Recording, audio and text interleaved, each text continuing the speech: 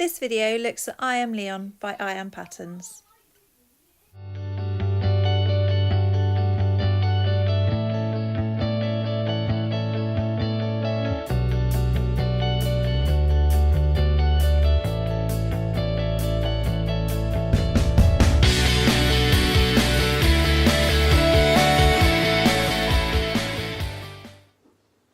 So you're joining me down in my cutting area, which is on the floor in my lounge.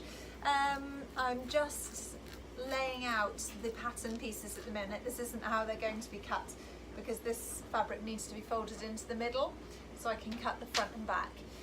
I like to make sure that all the pieces fit on the fabric obviously before I start cutting, so that's what I'm doing now. I'm going to cut out all the pieces and then get ready to sew them together. This pattern is entirely sewn together on the serger, bar a couple of really small sort of basting stitches really, so it shouldn't take very long to put together at all. Good times. Okay, so I'm ready to cut out my first piece. I'm using an Anzio cutting board. I've got a pair of scissors here and also my rotary cutter. Just a little tip, if you're using pattern weights and not pinning the pattern, I like to clip the folded pieces to the edge just to stop that from moving around as you're cutting around the pieces. Okay, so I'm just going to get on with this now. Okay, so I've finished cutting out the bodice piece. I'm going to crack on, cut all the other pieces out, and then we'll be ready to go to the serger. Hi, so I've cut all my pieces out now, and the first thing that I need to do is the shoulder seams. So this particular jumper has a button fastening on the left hand side. So first things that you need to do with the bodice pieces here, this is the back piece, so it will obviously be that side, is fold it down 1 inch like this, so that will form the button plaque, and you do that on the front and back bodice pieces. I come in and just show you. So they are both folded over and they will essentially just end up on top of each other like that to form a little button plaque. It's very easy to do. It's not something you need to be put off by if you're doing this pattern. I mean, obviously you can just not do it and just sew the shoulder seams together, but honestly it's really very easy. All right, so that needs doing. I need to overlock the edges and the other sides are overlocked together in the normal manner. So I will put these right sides together, overlock, she says putting them right sides together, got that all wrong. So there we are, overlock the right side, and then the left side I'll be sorting out that little button plaque just there. Okay, I'll be back in a bit. Okay, so I've done my overlocking. I've overlocked my right shoulder together and my left I've just done the edges. So what we need to do now is make our little button plaque and just stay stitch it into place. So as you saw earlier, I've already sort of ironed those into place. So I'm just going to now stay stitch. Oh, the cat's at the door. There we go, stay stitched along there. So we're just literally putting in a little row of stitches just along here to keep that in place so that we're forming our bodice. And then eventually obviously you'll have the little buttons there. I'm not actually going to use buttons, I'm going to use snaps because I've made a couple of these jumpers before and I like the way the snaps look, so I'll be using those. So I'm going to do that, and then I am going to get on with my sleeves. These are the gathered sleeves I was talking to you about. As you can see, they are jolly big. So what we'll be doing is stay stitching all the way up and around there in between the notched areas which you've taken from the pattern. So I've notched those, that's on both sides, here and here. And so we're just going to do a great big row of stay stitching. By stay stitching, I mean a long stitch. So on your sewing machine, you will have your stitch length and you just need to increase that to say 4 to 5 to give a really nice long stitch so that you can pull the threads later and gather that sleeve head. All right, I'm just going to get on and sew this together.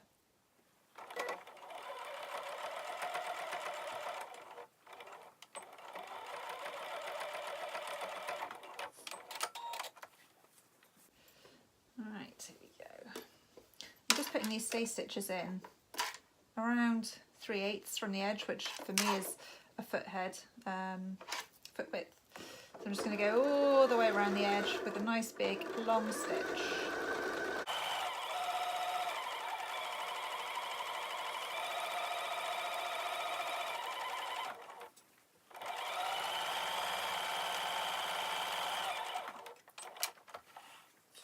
Okay, it's quite important to leave nice long threads here because obviously you're going to want to be gathering these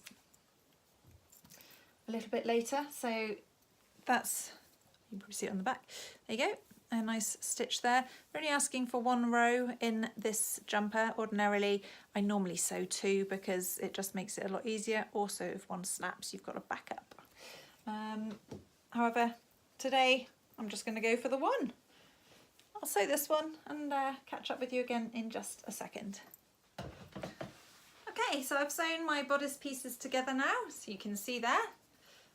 Got this bit that's been done on the overlocker and that's nice and neat and tidy underneath. And then we've got this one here which will eventually become our little button plaque or popper plaque as in my case. There we go. So that's all ready, that's all sorted and it's just fixed at that end. We can pop that there for a second. We're now going to go and set our sleeves into that. I've sewn the stitches in and around the sleeve heads, all up and around here. All you're going to do is grab one of these threads and then ever so gently, you just really, literally just pull on them. This is French terry, so it's quite thick, so I think it's going to be quite a lot of fun doing this. So I will come back to you once I've got a few ripples in here, but you get the gist. You pull the thread and this happens. So that needs to happen all the way up around the sleeve head, back down to that other notch that I showed you earlier. Okay. Oh my gosh, you guys. I haven't made this pattern before. Okay, I've made the sister pattern to it. I am zebra or zebra, but this is going to be my favourite. I know it is. I haven't even made it properly yet. So I've set the sleeves in now. Look at this. Oh my gosh. You can see what it's going to look like already if I use the other one as an example actually. Look at that. Can you see all those lovely, lovely gathers? Ah, this is exciting. I know, I absolutely know I'm going to love this already. Don't you love it when you start making something and you just know, like the fabric starts coming together and you just know you're going to love it. It's very exciting. Okay, so next steps are side seams. I'm going to sew down the side seams now, get that sorted. I'm going to get it all pinned up, take it over to the overlocker, whiz down the arms, down the side seams, so you're literally sewing from there right down there, and then I will rejoin you. I always pin the seam here first because that's the most important one. You want the 2 seam lines to meet up at the side seam from the sleeve and the actual bodice pieces, so that connects in really nicely. So make sure you pin that one together first and then just pin or clip the rest of your sweater together, so as it goes through the overlocker it's not moving around too much. I don't tend to worry too much these days about doing this, but obviously if you're still, you know, quite new and you're a bit worried about movement under the machine, get it pinned up really, really well and then you know it won't happen. You can see it matches up there pretty nice. So we're just going to do this on both sides. Head over to the overlocker, and as I was saying just a second ago, we are going to overlock from here and straight down to the end here on both sides of your sweatshirt. Okay, so just to explain more clearly, these are the seams that you want to meet up. Okay, you want those matching. If they don't match, it just cheapens your jumper and makes it look a bit nasty, I always think. You know, lots of people don't worry about it at all, and that's absolutely fine, but I think when you've spent out on a lovely fabric, it's nice to try and keep it looking good. All right, so match up those little pieces first. Get a clip on there, nice and tight, hold that all together. All right, get your overlocks out the way. And then let's get this one pinned up.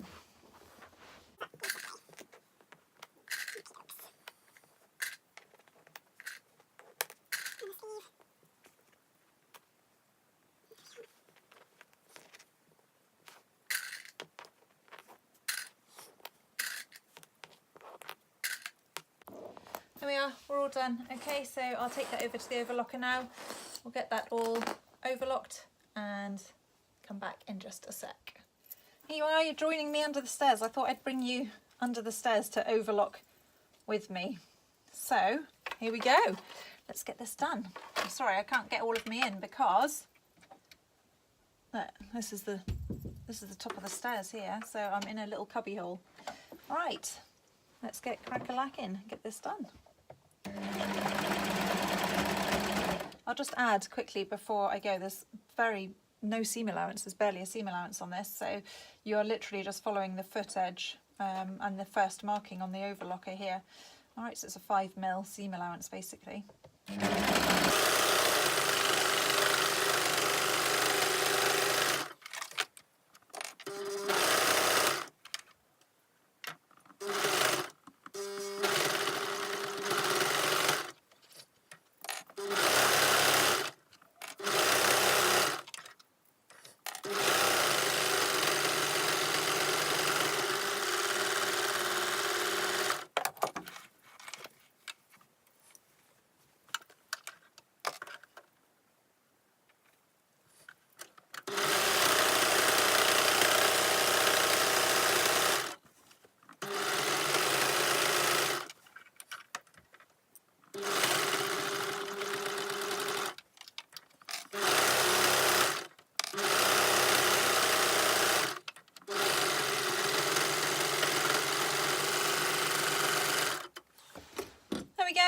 All done. So we have overlocked all our side seams. Everything's on. The things that remain are the waistband, the cuffs and the neckband. All really important parts of this construction because they'll help the jumper to keep its shape. So important that we get that right.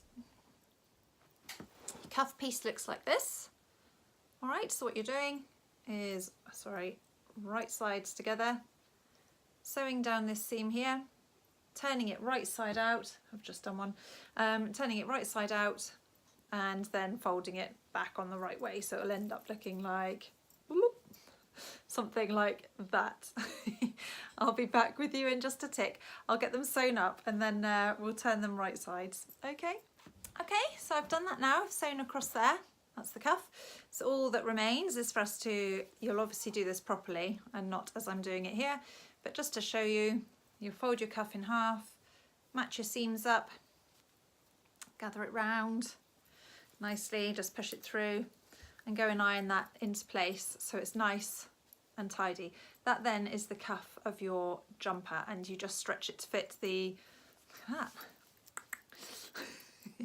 and you're just going to stretch that to fit the cuff of the jumper. So it does take a bit of patience and a bit of time, but it will go in. You're just gently easing, make sure you've got it equal as well, and easing that one into place on the actual jumper. Okay, just want to show you the sleeve. Okay, so I've got the cuff. So this is the actual jumper here, which is inside out. So it's right sides together. The cuff is inside the jumper. So we're going to attach that in now.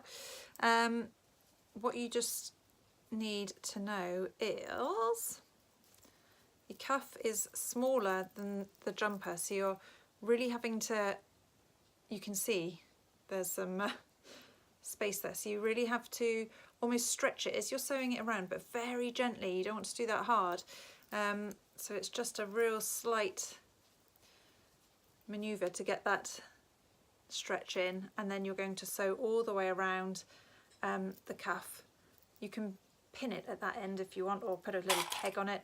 I don't tend to worry too much because I do sort of stretch it to fit as I go, but if you are worried, you know, put a few pegs in place. You know you can stretch it to fit between quarters as opposed to all the way around the sleeve, and then you'll know that it's equal as well.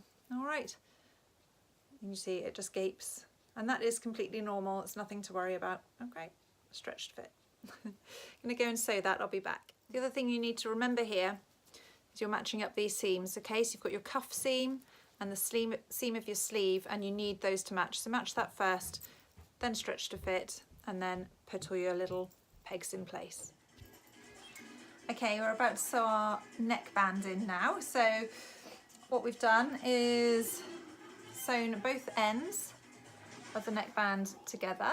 So you folded it in half, sewn it together as per instruction, turned it right side, so you've got two neat ends. I've attached that one so I can show you what we're going to do. You need to find the center point on your neckband, and you do that simply by folding the neckband in half and finding the center point. Pop a pin in it. You need to do the same on your jumper, and don't get confused with thinking that the shoulder seam is the center, because it's obviously not. So you need to put your button placket together and sort the jumper out, give it a good shake about until you're satisfied that you found the center point. All right, put a pin in that as well. And then you're going to, like you did with the cuff, you're going to stretch the neckband to fit because it's slightly smaller so that the jumper holds its shape. With these little button plaques, you need to make sure you do this right, otherwise it'll all end up bad. All right, so you need to fold the button tab there back on itself, catching in. That's the start of the neckband there.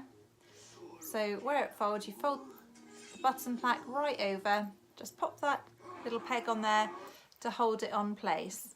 Okay, and then you will stretch your neckband around all of here, meet your center point, pin to pin. So there you go. You can see how much you've got to stretch to fit, look, it's quite a bit.